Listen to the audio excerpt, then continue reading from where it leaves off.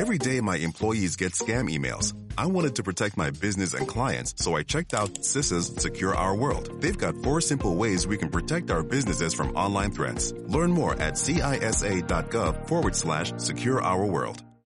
And now, you can have as many layers as you want. Syntex Tank was first to introduce white inner layer tanks in Ghana and now introduces the customer specs order, which will let you order any color and size you want. Syntex Tanks gives you the biggest warranty of 7 years, which no other tank gives you. So whatever your water consumption, size of project, or demand, choose Syntex Tank. Syntex Tank, stress-free. Syntex Tank, reliable. Syntex Tank, maximum guarantee. Call 0244-335-168, Kumasi 0505-555-666, or visit syntexgh.com. Syntex Tank, a strong, a tough. All right, so welcome back, and thank you very much for staying with us here on the Super Morning Show on Joy 99.7 FM. And the 6 a.m. news brought to us by Total Energies. Total, we go the extra mile for you. Absa Bank Ghana Limited, helping you find a way to get things done. Coming up is the Joy Business Report brought to us by Glyco Life Travel Insurance. Glyco, we cushion you for life.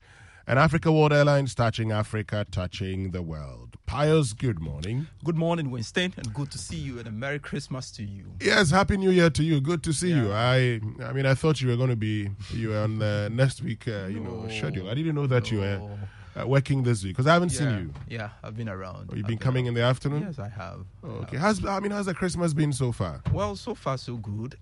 Just that we've been celebrating the Christmas in the office. Yeah. Yes. You chose to do this, right? Yeah.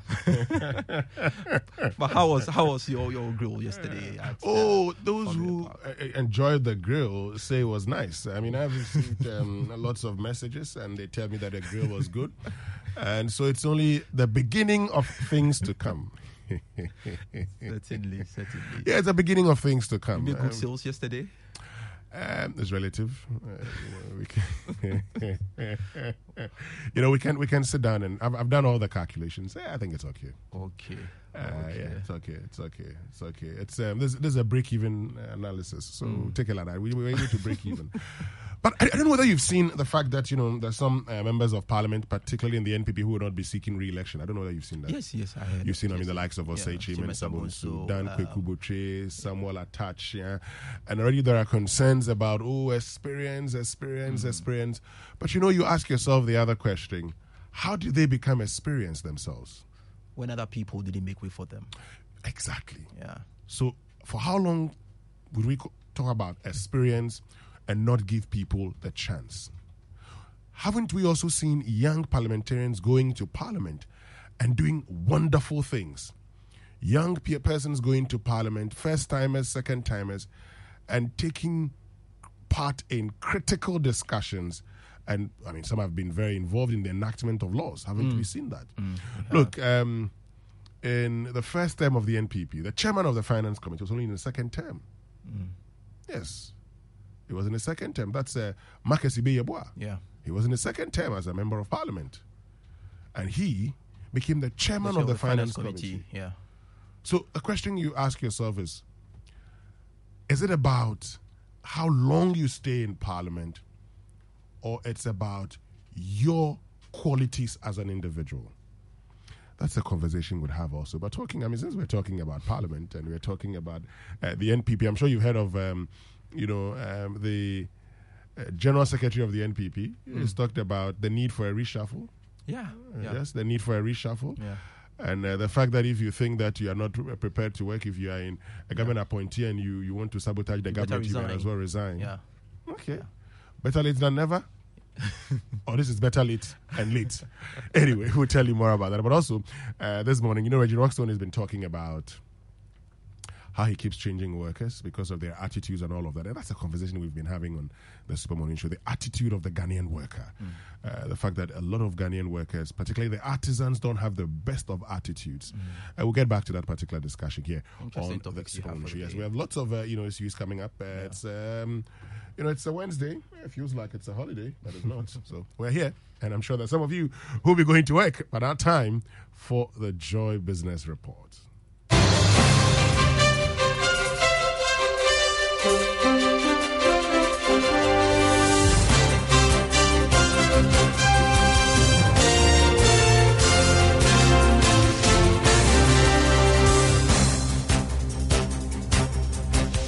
Hello, good morning, everyone. Warm welcome to the Joy Business Report. Coming up, Ghana Revenue Authority justifies tax on ride-hailing vehicles, insisting it is part of measures to widen the tax net. Also in this bulletin, Poultry Farmers Association of Ghana unhappy with low sale of domestic poultry products during the Christmas season. Plus, Ghana's export earnings for third quarter of this year slows to $3.7 billion, despite significant improvement in the country's trade surplus for that period. We have details of these and many more shortly.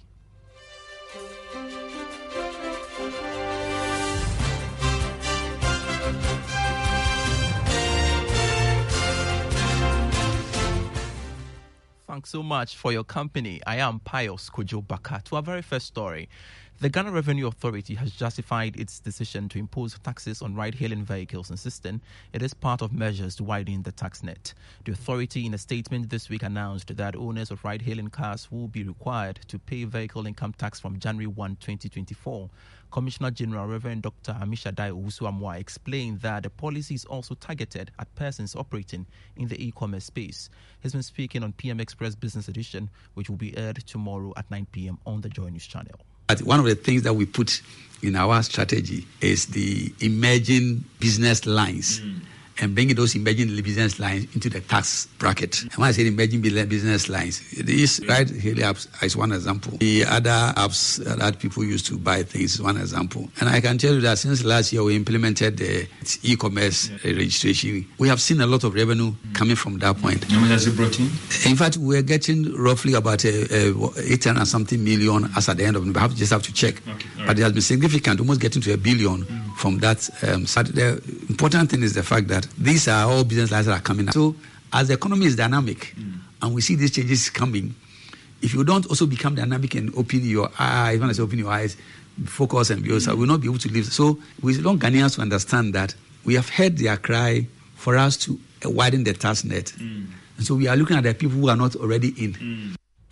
Commissioner General of the Ghana Revenue Authority, Reverend Dr. Amishadai Owusu-Amoah, speaking on PM Express Business Edition, which is tomorrow at 9 p.m. on the Joy News channel. Do make a date. Now, tax consultant Francis Timoboy has advocated African countries to sign tax treaties to boost intra-Africa trade. He argues that the move will prevent multinational companies from evading taxes while supporting investors. He spoke to Joy Business at the launch of a book dubbed Modern Approach to International Taxation, authored by Fred Kwashi Awuti. Fred's book is very good, but I noticed that in Africa, we don't like signing tax treaties among ourselves. Indeed, one of the major reasons for signing tax treaties is to help investors and also to prevent tax avoidance and evasion. That's why UK has signed tax treaty with us since 1994. Sign treaties among ourselves. Cote d'Ivoire, just go to Cote d'Ivoire or you go to Burkina Faso or even Togo, and we don't have treaties. If somebody provide services to me from Togo, the person will suffer 20% withholding tax. Yes, somebody from UK will just will suffer just 10%. And I think that it is a disincentive for even trade among the African countries. Francis Timoboy is a tax analyst. To one of our headline stories, the country recorded some marginal decline in earnings from exports in the third quarter of this year. Data from the Bank of Ghana puts the amount secured during the period at 3.7 billion cedis. George Yafe has the rest of the story. The amount that the country got from July to September this year represents about 10% decline compared to the over $4,000 it got for the same period last year. The development can be linked to declining prices of crude oil on the international market and the marginal decline in the volumes of gold exported by the country during that period. This is despite the fact that prices of gold on the international market was going up during the third quarter of this year. If the trend is sustained to the end of this year, that could impact negatively on the country's foreign exchange earnings going forward. But despite this challenge, the country ended the third quarter of this year with a trade surplus of $174 million. This is due to the fact that the amount of money that Ghana spent on exports went down by some 11.5% to reach $3.5 billion. However, some are worried that not all these earnings still find their way into Bank of Ghana's coffers, a move that could have gone a long way to improve the central bank's earnings to support the local currency. My colleague George Yafe filed that report on Ghana's export earnings for third quarter of this year, slowing to $3.7 billion. To some other stories, bulk oil distribution firms are challenging claims of importing substandard petroleum products on the market. It follows complaints from some consumers that recent grade of fuel is affecting the efficiency of their vehicles. But Chief Executive of the Chamber of Bulk Oil Distribution Firms, Dr. Patrick Kweku Ufori, insists that it is not the situation on the ground. There is any importer who can bring in a product that does not meet the specification within the country. So what normally happens is that once your vessel is at anchorage, before even they will allow you to berth, they need quality certificate, of which independent lab, the regulators lab, normally we use Temoy Refinery Lab, and now GSA, Ghana Standard Boards. All these institutions will test the various components that they are looking at before you are allowed to get a product in. What might have happened is that we're looking at it from just the consumer or the importer's perspective. There is another angle that they need to look at, because many a times you hear even in Europe that the car manufacturers are calling certain car with certain engine specifications that may not necessarily align well. So why is it that the issue that some people are even trying to claim, the same importers who bring in the product, certain car brands are not experiencing that difficulty or challenges? Chief Executive of the Chamber of Bulk Oil Distribution Firms, Dr. Patrick Kweku Ufori there. Now, Poultry Farmers Association of Ghana has stated that the Ministry of Food and Agriculture can do more to encourage the consumption of locally poultry during the festive season. The association is lamenting that sales have been low, while most consumers still prefer imported frozen chicken. Speaking to Joy Business, the chairperson of the Greater Accra Poultry Farmers Association, Gifty Rudo, appealed for more awareness ahead of the New Year season to encourage the consumption of local poultry. Yes, the sales for this Christmas, this season, it has not been so good, but then we all understand that the economy is not doing so vibrant. So for that reason, the patronage of our domestic local chicken has not been encouraging. However, we are still in the season, so until the 1st January, 2nd January, then we will know exactly how the sales has been. Chairperson of the Greater Accra Poultry Farmers Association, Gifty Rudo there. You're still listening to the Joy Business Report. Times are hard, prices keep going up, and it has become stressful scouting for the best deals online, especially this festive season. Tondi Mabawa Yusuf has been through that frustrating experience. It is the reason he created KoroHub, a price comparison platform that helps shoppers fish out best offers online, saving them time and money. KoroHub is our feature on the Joy Business Van today. KoroHub came as a result of my frustration when I wanted to buy a laptop. I spent 2 hours moving from shop to shop and data navigating between sites, just trying to know where I can get comparatively low price to buy the product. I saw that as an opportunity and also a solution to cater for my frustration and those who are also going through that. So I developed this KoroHub, a one-stop shop for all price comparison. Our short-term plans is to capture at least 80% of the comparison market in Ghana, especially price comparison market, and also increase our user base and vendor base. We also look at the long time being one of the best price comparison platforms in Africa and the world.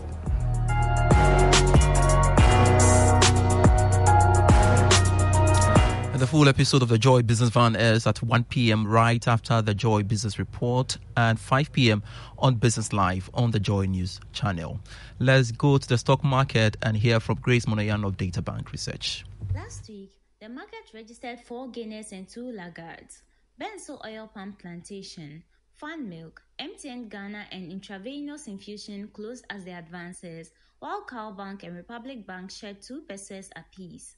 Spread by the gains, the market indices ended the week higher, with the Ghana Stock Exchange Composite Index climbing 2.18% weekly to a year-to-date gain of 28.08%, while the Data Bank Stock Index expanded 1.56% weekly to a year-to-date gain of 20.21%. Trading activity was vibrant last week as 5.7 million shares valued at 11.8 million Ghana cedis